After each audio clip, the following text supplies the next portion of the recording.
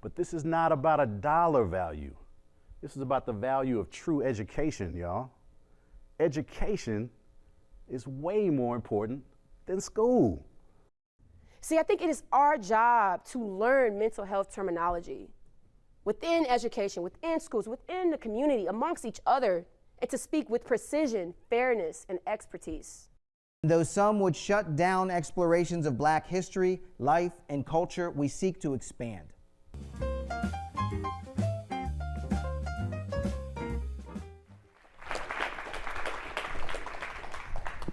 Thank you.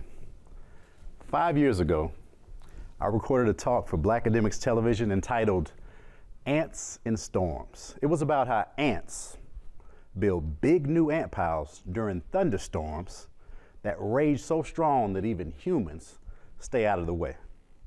So Ants in Storms was a metaphor for how educators often have to build for ourselves what we need for our work, despite crazy climates way bigger than us and way beyond our control. Now that 2017 presentation may be more relevant today than it was back then, yet my message has evolved. My method, however, it hasn't changed.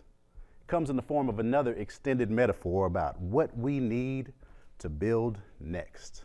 So first, a bit of background. See, long before I was ever a formal educator, I was an MC, a master of ceremonies, straight out of the hip hop generation. So prior to being a classroom teacher, I dropped lessons on the mic. Sometimes I dropped the mic. I'd done 6 shows with Snoop Dogg and 6 more with The Roots and hundreds more shows with all kinds of folks you know, and way more than that with artists you've never even heard of. So by my 5th year in the classroom, lightning struck, and I had the great fortune of teaching on the same social studies team as my former DJ, a dear friend of mine.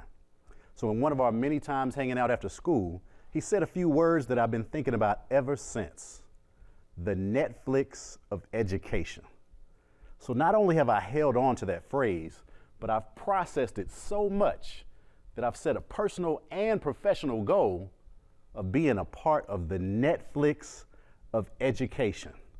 Now, when you hear that term, especially after a certain virus has changed our lives forever, don't just think about online school. I mean, online school, that could be a useful part of what I'm talking about, right?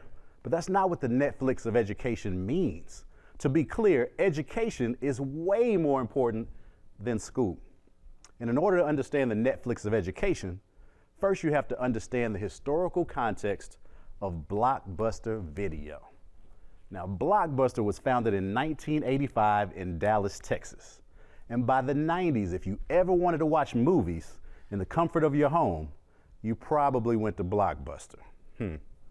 Now, like the public school system, Blockbuster was dominant, omnipresent, right, and seemingly permanent, but it had limitations in its ability to serve its customers. We had to drive to Blockbuster, pick up a movie, drive back home, play the movie on our own machines, and then drive it back up there again to turn the movie in. And you know what made things worse though? If we returned our movies late or we forgot to rewind our tapes, we got charged extra fees. And that weakness would eventually be the death of Blockbuster. Now, Netflix started as the world's first online DVD service in 1997 and moved from rentals to a subscription service in 1999. Now, when we think about public school, let's think about Blockbuster in the year 2000. Blockbuster 2000. So right there at the turn of the century, Blockbuster could have bought Netflix for a paltry $50 million. That's all, $50 million. Okay? But when you're the dominant, omnipresent, and seemingly permanent institution that most people have to go to, do you really need to invest in something new? Let's fast forward this tape. So by 2005, Blockbuster peaked in value. They'd stopped charging late fees. They started trying to copy the subscription by mail model. By 2006, Blockbuster had lost most of its value and Netflix had 6 million subscribers. In 2007, Blockbuster was fighting off Netflix, trying to emulate video on demand, trying to get into the streaming video service. When idols become rivals, you know it was too late when they started becoming a cheap copy of their competition that they could have owned from the very beginning. Plus, they had too much debt. So in 2010, Blockbuster filed for bankruptcy protection. You get the idea, right? Blockbuster shut down, Netflix made a fortune. But this is not about a dollar value. This is about the value of true education, y'all. Education is way more important than school.